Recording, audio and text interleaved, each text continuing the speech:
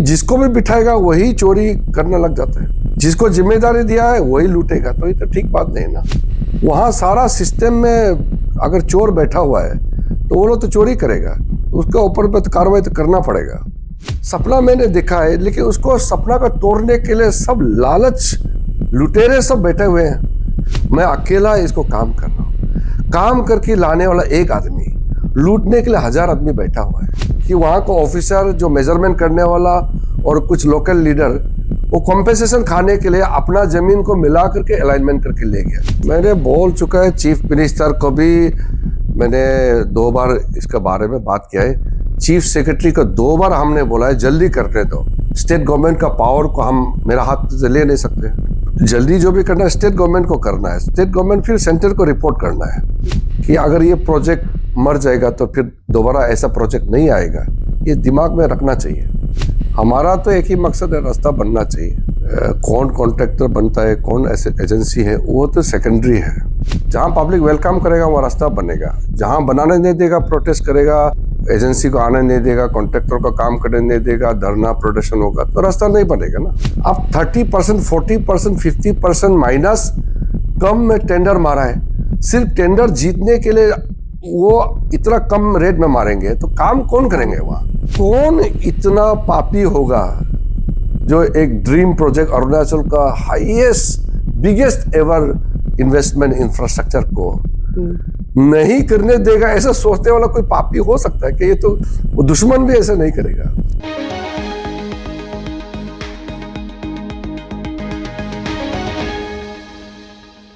नमस्कार, आप सब देख रहे हैं अरुणाचल टुडे और आप सबने देखा होगा कि हम लगातार रिपोर्टिंग कर रहे हैं रिगार्डिंग अरुणाचल फ्रंटियर हाईवे, जो one of the biggest road project है पूरे देश भर में। जहां पे आपने देखा होगा लादा टू सरली रोड स्कैम और साथ ही साथ ओवरऑल जो रोड हाईवे जो बनाया जा रहा है उसको लेकर हम रिपोर्टिंग कर रहे हैं। तो आज हम सीधे मिलने वाले हैं यूनियन कैबिनेट मिनिस्टर किरण रिजिजू जी, जो कि प्रदेश के MP रिप्रेजेंटेटिव भी है लोकसभा में, जहां कहा जाता है कि ये जो अरुणाचल फ्रंटियर हाईवे प्रोजेक्ट है वो उनका ड्रीम प्रोजेक्ट है। उनसे हम मिलेंगे और सीधे डिटेली जानेंगे रिगार्डिंग लादा टू सरली जो रोड स्कैम हुआ था, जो जहाँ पे कई डिप्राइव्ड फैमिली को अभी भी उनका जो कंपनसेशन का पैसा है वो मिलना बाकी, उसको लेकर केस को लेकर, साथ ही साथ अभी हाल ही में ही एक ज्वाइंट मॉनिटरिंग कमेटी बनाया गया है जहाँ पे क्रादादी कुरुम और अपर सुबनसिरी के लोग रिप्रेजेंट कर रहे हैं और अपोज कर रहे हैं जो हाल ही में मोर्ट की तरफ से प्रोजेक्ट को BRO और NHDCIL को हैंडओवर किया गया है, हाईवे डिपार्टमेंट को साइडलाइन करके। उसके बारे में जानने के साथ ही साथ कहीं ना कहीं कह सकते हैं वन ऑफ दी जैसे बिगेस्ट रोड प्रोजेक्ट है पूरे देश भर में, क्या कोई जो डिले हो रहा है या फिर जो रुकावटें आ रही है, कहीं ना कहीं क्या ये पॉलिटिकल कॉन्स्पिरेंसी है क्या, ये भी हम जो किरण जी है उनसे मिलकर सीधे जानेंगे। तो हमारे से बने रहिए, देखिए हमारा पूरा रिपोर्ट।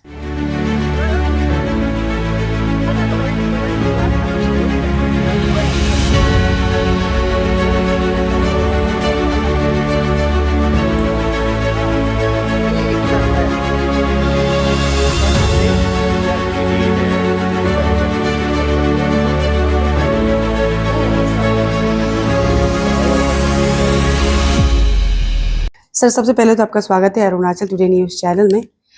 सीधे मुद्दे पे आऊँगी सर। सर, आपका जो ड्रीम प्रोजेक्ट था अरुणाचल फ्रंटियर हाईवे प्रोजेक्ट 913, इसको लेकर ही हम आए हैं आपके पास में।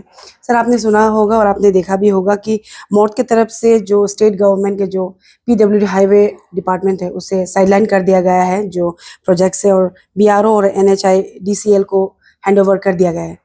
इसके ऊपर में सर हमने जो कंसर्न डिपार्टमेंट HOD से अपडेट लिया था कि क्या कारण हो सकता है वगैरह एंड ऑल, तो उनकी तरफ से बताया गया कि कोई नोटिफिकेशन या फिर इंटीमेशन नहीं दिया गया, सीधे तरीके से मिनिस्ट्री की तरफ से साइडलाइन कर दिया गया, उनका भी कहना था। और उनकी तरफ से कहा गया था कि रिप्रेजेंटेशन वो बात फर्दर करेंगे सर, क्योंकि ये काइंड ऑफ लाइक ये आपका प्रोजेक्ट था, ड्रीम प्रोजेक्ट, सभी जानते हैं आपकी तरफ से लाया गया था ये अरुणाचल प्रदेश में। तो सर आपको कोई कुछ आइडिया है इसको क्यों ऐसा कुछ किया गया है? क्योंकि काफ़ी स्टेट गवर्नमेंट सीधे तरह से कह सकते हैं वो शॉक में है। पेमा खांडू की तरफ से भी स्टेटमेंट दिया गया था, तो इसके ऊपर में कुछ कहना होगा सर?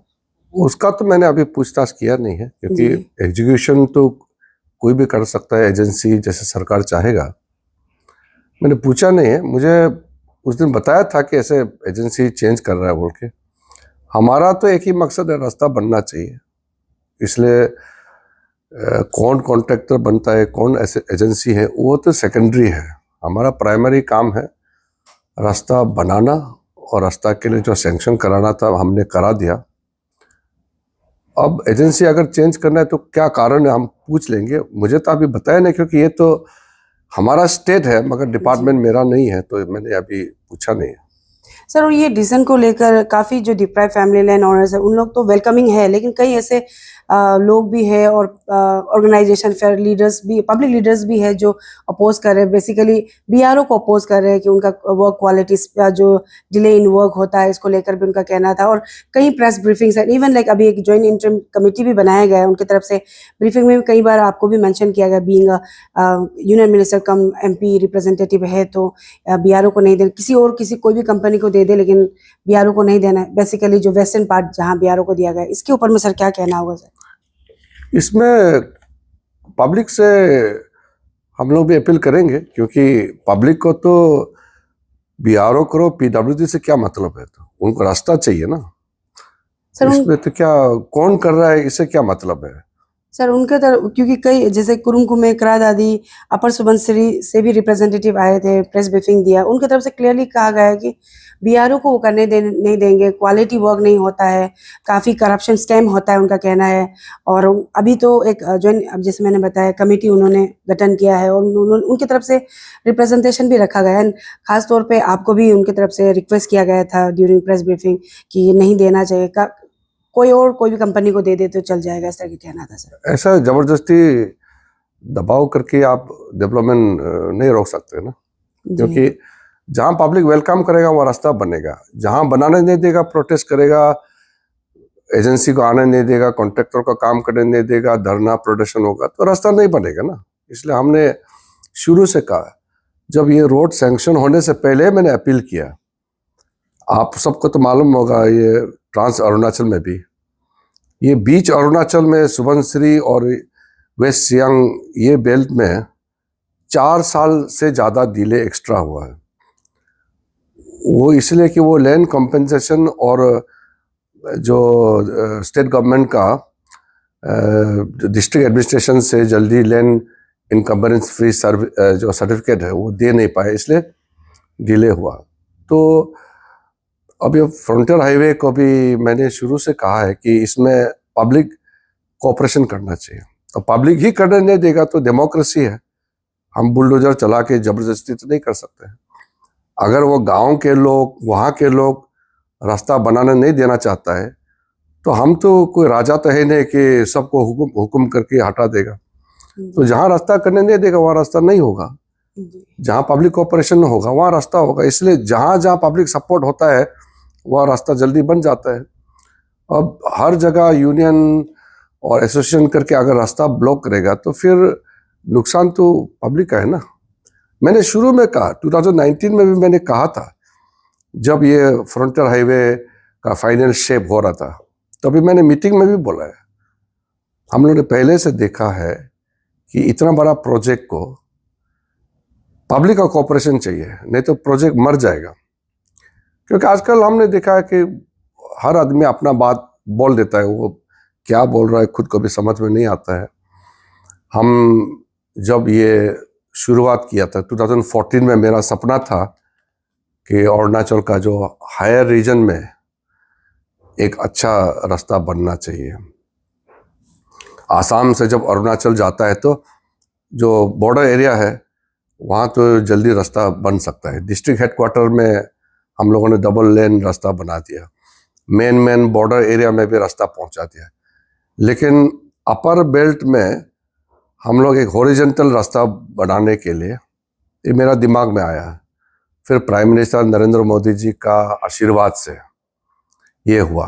इसका हम बाद में कहानी बताएंगे, बहुत लंबा कहानी है, अभी बताने का नहीं है कितना मुश्किल से हुआ है। उसमें तो कोई नहीं चाहता था कि इतना 30-40 हज़ार करोड़ का रास्ता हाईवे, जहां आदमी 50,000 भी नहीं है, कैसे बनेगा, ये तो कोई विश्वास ही नहीं किया।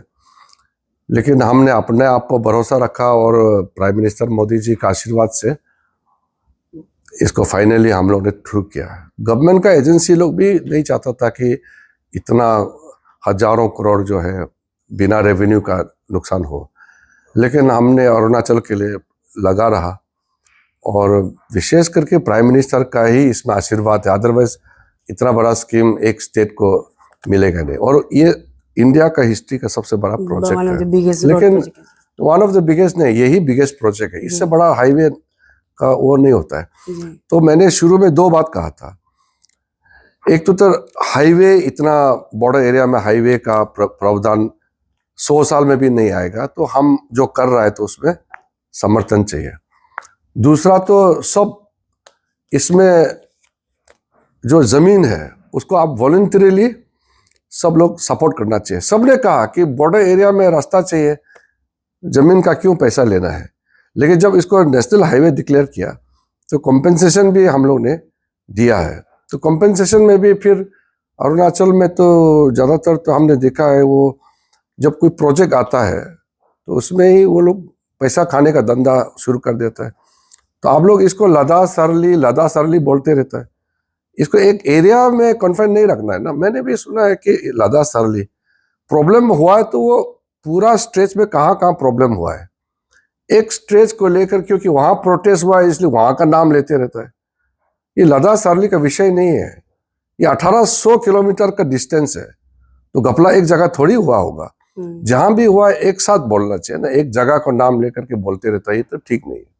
जी सर, अभी जैसे आपने मेंशन किया रिगार्डिंग लद्दाख तो सरली का वाला, सर स्ट्रेच तो काफ़ी लंबा है, लेकिन वहाँ के लोग, स्पेशली जो ईस्ट कमिंग के लोग जिनका लैंड डोनर थे या फिर जो डिप्राइव फैमिली थे, उन लोग आगे आकर प्रोटेस्ट किया, उनकी तरफ से केस रजिस्टर भी हुआ। सर हम आपसे जानना चाहेंगे कि कोई अपडेट आपकी तरफ से हुआ है क्रिमिनल प्रोसीडिंग्स में, क्या है, क्योंकि अभी तक कोई ऐसा कुछ नहीं है, अपडेट नहीं आ रहा है। एंड जो डिप्राइव फैमिली है उनकी तरफ से भी काफ़ी हाई एक्सपेक्टेशन आपकी तरफ से रख रहा है, क्योंकि रिकवरी जो होना चाहिए पैसा का वो अभी तक हो नहीं रहा है। डिपार्टमेंट जो कंसर्न ऑथोरिटी लैंड डिपार्टमेंट है उनकी तरफ से डिप्राइव फैमिली को बस एश्योरेंस ही दिया जा रहा है कि जल्दी से जल्द कराया जाएगा। तो आपकी तरफ से सर कोई इंटरवेंट किया जाएगा सो दैट जो डिप्राइव फैमिली है उन्हें उनका हक का पैसा मिल जाए? मैंने बोल चुका है, चीफ मिनिस्टर को भी मैंने 2 बार इसके बारे में बात किया है, चीफ सेक्रेटरी को 2 बार हमने बोला है जल्दी करने दो। मैं तो अरुणाचल का अपना खुद वहाँ का एमपी है, इसलिए मैंने इंटरेस्ट लेके बोला, अदरवाइज तो स्टेट गवर्नमेंट का पावर को हम मेरा हाथ से ले नहीं सकते हैं जी। जल्दी जो भी करना है स्टेट गवर्नमेंट को करना है, स्टेट गवर्नमेंट फिर सेंटर को रिपोर्ट करना है जी। और स्टेट गवर्नमेंट को पूछे बगैर डायरेक्टली सेंट्रल गवर्नमेंट घुस के तो वहाँ ओवरटेक नहीं कर सकता, एक सिस्टम होता है जी। तो हमने सीएम साहब को भी बोला है, सीएम साहब ने बताया कि इंक्वायरी लगाया हुआ है, रिपोर्ट फाइनल रिपोर्ट आने वाले हैं और फाइनल रिपोर्ट आने से भेज देंगे। तो हर काम का जो है मेरा ये मानना है कि स्पीड भी अच्छा होना चाहिए और तरीका से होना चाहिए। और कोई लोग सोचते हैं कि किरण रिजिजू जाके सीधा चोर को पकड़ो, ऐसा नहीं होता है। वो पकड़ेंगे स्टेट गवर्नमेंट जो एजेंसी के माध्यम से ही करेंगे। तो अगर जिसको पैसा मिलना चाहिए था उसको मिलना चाहिए, और जिन्होंने गलत पैसा खाया उसको ऊपर में कार्रवाई करना चाहिए। लेकिन उससे ज्यादा है कौन ऑफिसर और कौन बीच में कौन लोग है जो ये पैसा खाता है। मेहनत करके पैसा कमाना चाहिए ना। हम तो कॉन्ट्रैक्ट नहीं करते हैं, हम तो घूस नहीं खाता है, हम कमीशन नहीं लेते, मुझे तो कोई हिम्मत भी नहीं है। लेकिन हम चाहते हैं कि हम अकेला क्लीन होने से नहीं होगा ना। वहां सारा सिस्टम में अगर चोर बैठा हुआ है तो वो लोग तो चोरी करेगा, तो उसके ऊपर पे तो कार्रवाई तो करना पड़ेगा। कार्रवाई होगा तभी तो डरेगा। अरुणाचल में तो प्रॉब्लम क्या है, मैं तो ओपनली बोल भी देता हूं कभी कभी कि जिसको भी बिठाएगा वही चोरी करने लग जाता है, जिसको जिम्मेदारी दिया है वही लूटेगा, तो ये तो ठीक बात नहीं ना। बहुत इशू है, मैं पूरा डिटेल में अभी नहीं बोल रहा हूँ क्योंकि शुरू जब ये सैंक्शन हुआ तब से लेकर के काफी जो वहाँ जमीन पे जो काम हुआ है मैं तो खुश नहीं हूँ जी।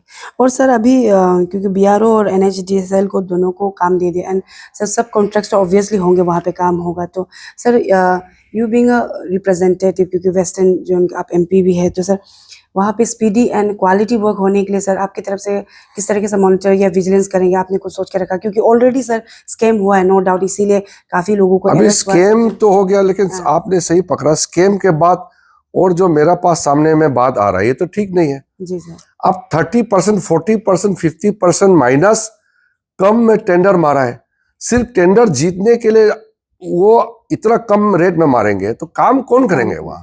जी। तो सपना मैंने देखा है, लेकिन उसको सपना को तोड़ने के लिए सब लालच लुटेरे सब बैठे हुए हैं। क्या जरूरत है ये जो कॉन्ट्रैक्टर लोगों को इतना कम रेट में मारने के लिए।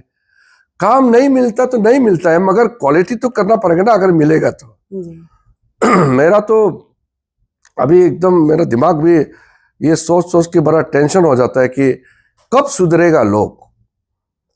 अब सिर्फ पैसा लूटने के लिए आया क्या? ये पैसा लाया हम लोग, मेहनत किया हम लोग, और लूटने के लिए आप लोग बैठे हुए हैं और स्टेट का फ्यूचर को खराब कर रहे हैं। अगर हम इतना रिमोट एरिया में नेशनल हाईवे बना करके गाड़ी दौड़ेंगे, अरुणाचल की किस्मत बदल जाएगा। वैसे मैंने 12 साल में देखा है, आप लोग तो देखा है, सब मालूम है। मेरे एमपी बनने से पहले 1 इंच अरुणाचल में हाईवे नहीं था। अरुणाचल में ना एयरपोर्ट था, ना रेलवे स्टेशन था, बॉर्डर एरिया में भी कोई रोड नहीं था। हमने देखा देखी इतना कम समय में मोदी जी का आशीर्वाद से इतना पैसा लाया, काम कर रहे हैं।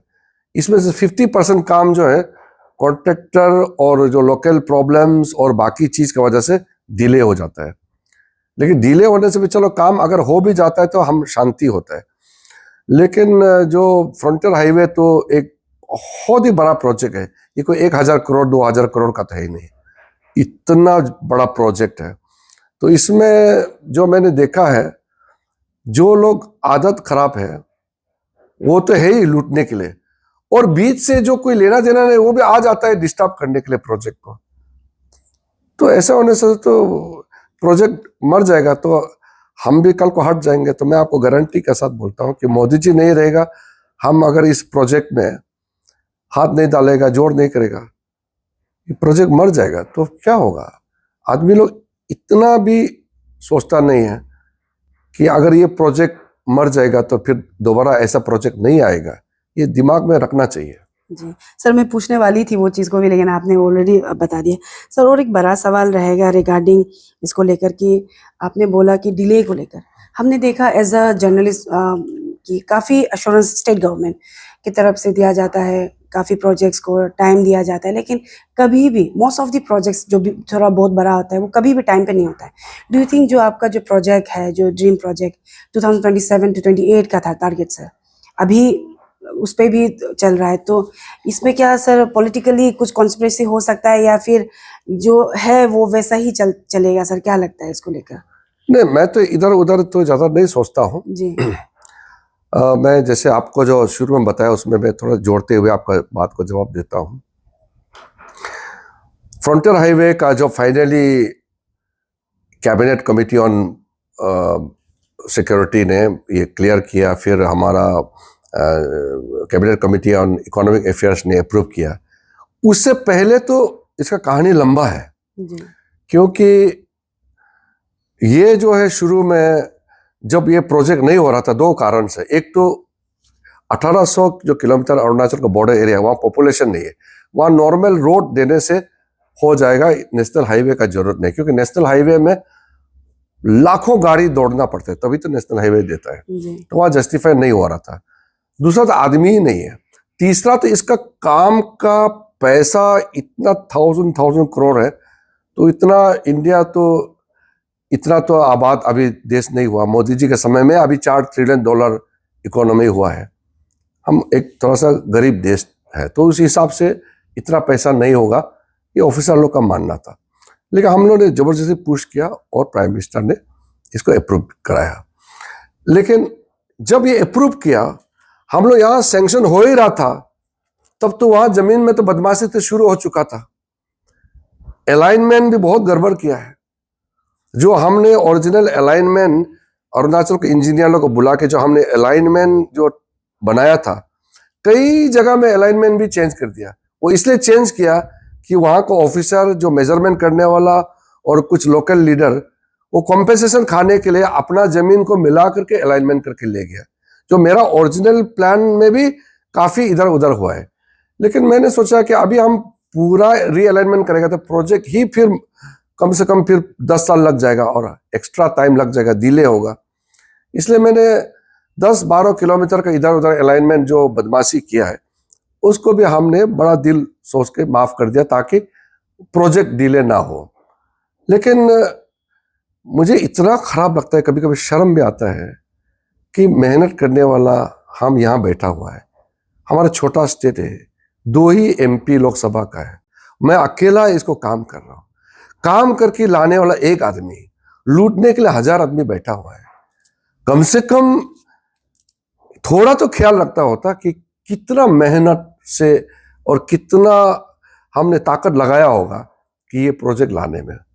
और इसलिए मेरा ड्रीम प्रोजेक्ट है, मतलब प्राइम मिनिस्टर मोदी जी का आशीर्वाद से ये हुआ है, अदरवाइज सोच भी नहीं सकता है ऐसे फ्रंटियर हाईवे पहाड़ों में, इतना दूर दराज बॉर्डर एरिया में, और वहाँ पे कोई वहाँ से रेवेन्यू आना नहीं है। ये सिर्फ सेवा देने के लिए, लोगों का भला के लिए, देश के नाम से हमने इतना बड़ा प्रोजेक्ट लाया। ये प्रोजेक्ट को मारने के लिए इतना लोग बैठा हुआ है। अभी भी कुछ लोग ये करने देंगे, वो करने देंगे, काम चाहिए, वो चाहिए, मतलब इन लोग अपना इंटरेस्ट को इतना रख देता है। हमको अरुणाचल में 50% पॉजिटिव आदमी चाहिए। अगर अरुणाचल में 50% आदमी पॉजिटिव होकर के, जैसे मैंने अपील किया 2019 में कि ये फ्रंटियर हाईवे के लिए लोगों का मदद चाहिए, एक भी आदमी इसको ऑब्स्टेकल डिस्टर्ब नहीं देना चाहिए, मैंने अपील किया। अगर 50% लोग भी मानते हैं तो भी ये प्रोजेक्ट पूरा हो जाएगा। सर अभी जो मैं पूछ रहे थे सर, डू यू थिंक मतलब जो ये वन ऑफ द बिगेस्ट, जो अभी बोला जाए, आपने बोला कि सबसे बिगेस्ट रोड प्रोजेक्ट है, पॉलिटिकली कॉन्स्पिरेसी हो सकता है क्या डिले? नहीं, पॉलिटिकल कॉन्स्पिरेसी तो ये सोचना भी गलत है। आपने तो चलो एक सवाल के हिसाब से पूछा है, कौन इतना पापी होगा जो एक ड्रीम प्रोजेक्ट अरुणाचल का highest biggest ever investment infrastructure को नहीं करने देगा? ऐसा सोचने वाला कोई पापी हो सकता है कि? ये तो अगर होगा तो भी विश्वास करने लायक नहीं है। इसमें भी अगर पॉलिटिक्स डाल के काम रुकेगा, ऐसे सोचने मतलब तो वो दुश्मन भी ऐसा नहीं करेगा। और सर क्योंकि अभी ये बिगेस्ट प्रोजेक्ट अभी स्टेट का जो है हमारा, वहाँ पे चल, पूरा देश का ही बिगेस्ट रोड प्रोजेक्ट चल रहा है, तो इसको लेकर सर काफ़ी बातें चल रही है। स्पेशली जो अभी PWD को जो साइडलाइन करके मोर्थ ने BRO NHDCL को दे दिया है, तो काफ़ी लोगों का ये कहना है कि जो PWD है वो ठीक तरीके से काम नहीं करते हैं, इसीलिए उन्हें साइडलाइन कर दिया है। लेकिन कई ऐसे लोग भी हैं जो लोग BRO and even like NHDCL को सपोर्ट नहीं कर रहे हैं। उसको लेकर सर आपकी तरफ से कुछ क्लैरिटी या फिर आपकी तरफ से कुछ स्टेटमेंट होगा कि यू रियली थिंक प्रोबेबिलिटी हो सकता है कि PWD ठीक तरीके से हाईवे डिपार्टमेंट जो है वो ठीक से नहीं करते, इसीलिए मोर्थ ने ये डिसीजन लिया, ऐसा कुछ आपको लगता है सर? ये तो मिनिस्ट्री ऑफ रोड ट्रांसपोर्ट का प्रोजेक्ट है, डिपार्टमेंट इसे मिनिस्ट्री ऑफ रोड ट्रांसपोर्ट है, तो वो मिनिस्ट्री ही तय करेंगे कौन करना है कौन नहीं करना है। लेकिन PWD ठीक नहीं है, वो अच्छा है ऐसा नहीं है ना। PWD में भी अच्छा काम होता है और NHDCL में भी अच्छा काम होता है। BRO ने भी इतना सेवा दिया है, तो किसी ऑर्गेनाइजेशन को टारगेट करना वो ठीक नहीं। हाँ, उस ऑर्गेनाइजेशन में कोई ऑफिसर का बदमाशी से कोई पर्टिकुलर प्रोजेक्ट खराब हो सकता है। ऑर्गेनाइजेशन अपने आप थोड़ी काम करता है, ऑर्गेनाइजेशन में जो काम करने वाला आदमी है वही तो काम करेगा ना, और ऑर्गेनाइजेशन थोड़ी अपने आप में दौड़ेगा। तो आदमी ठीक होना जरूरी है। तो एक आदमी की वजह से अगर बदनाम होता है तो वो आदमी चेंज हो सकता है। और PWD से वहां शिफ्टिंग हुआ है, उसका तो मिनिस्ट्री का डिसीजन है, मेरा तो उसमें कोई रोल नहीं है, प्लस मुझे कोई अभी जानकारी भी नहीं दिया। लेकिन मैं सोच रहा था कि अभी मैं नितिन गडकरी जी से भी पूछूंगा कि ये शिफ्टिंग का कारण क्या है। जी। और सर और एक सवाल रहेगा, जो अभी मैंने थोड़ी देर पहले आपको बताया, और मे बी लाइक आप भी अवेयर होंगे, जो ऑर्गेनाइजेशन अभी गठन किया गया है, जो करा दादी कुरुम में और अपर सुबनसिरी का जो मॉनिटरिंग कमेटी रिलेटेड टू ये फ्रंटियर हाईवे, उनको कुछ कहना होगा सर, क्योंकि उनके तरफ से सीधे तौर से कहा। कौन बनाया मॉनिटरिंग कमेटी? सर उनका 3 डिस्ट्रिक्ट का जो है उनका सब मिलके ये Arunachal Pradesh frontier highway joint monitoring committee उनकी तरफ से गठन किया गया। उनकी तरफ से कल के दिन में ब्रीफिंग भी दिया गया था, और उनकी तरफ से जो चीफ इंजीनियर है उनको रिप्रेजेंटेशन भी किया। सर उनको आपके तरफ से कुछ कहना होगा? मुझे मालूम नहीं ना ऐसे कोई चीज बनाया करके। जी।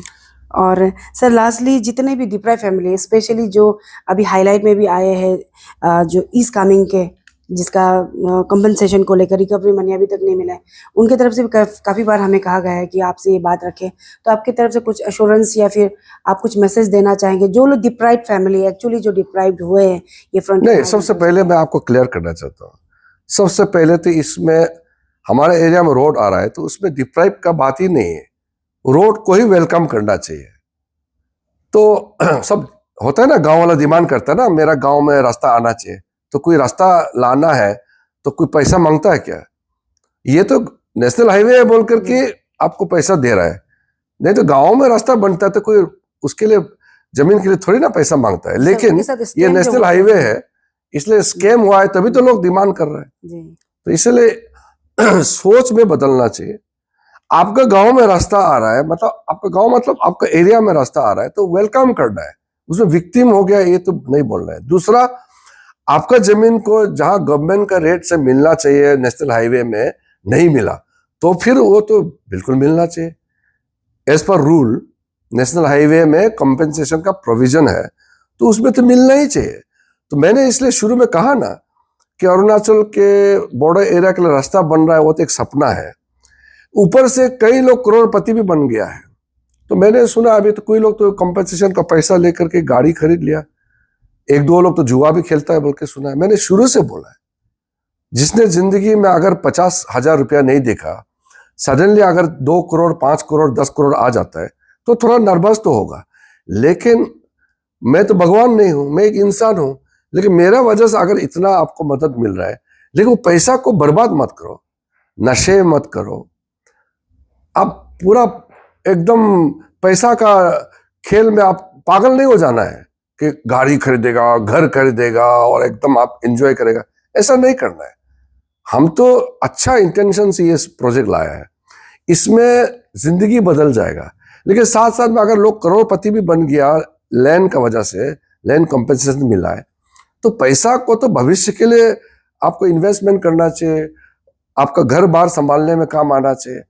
इसको सीधा आप लग्जरी गाड़ी खरीदेगा, जुआ खेलेगा, ये तो ठीक नहीं है। क्योंकि मेरे पास काफी रिपोर्ट आया है, मैंने शुरू में बोला है, चीफ सेक्रेटरी को भी बोला है कि डीसी लोग को बोल करके समझाओ कितना मेहनत करके पैसा लाया है, ये पैसा को ऐसा मत उड़ाओ।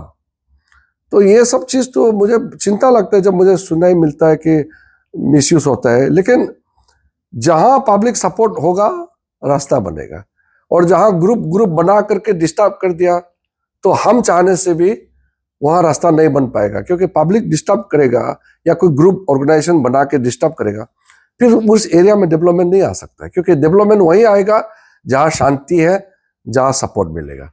कहीं भी दुनिया में जहां शांति है, दिमाग अच्छा से लोग सोच समझ करके कोऑपरेट करेगा तो वहां विकास डेवलपमेंट जल्दी जल्दी आएगा। अगर जहां लोग रेजिस्ट करेगा, थ्रेटन करेगा, झगड़ा करेगा, वार्निंग देगा, गाली देगा, बड़ा बड़ा बात करेगा, धमकी देगा, तो फिर लोग कोई नहीं आना चाहता है ऐसा जगह में। जी sir, thank you so much sir. Thank you.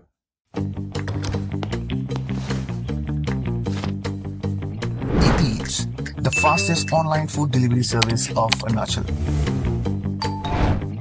Download the app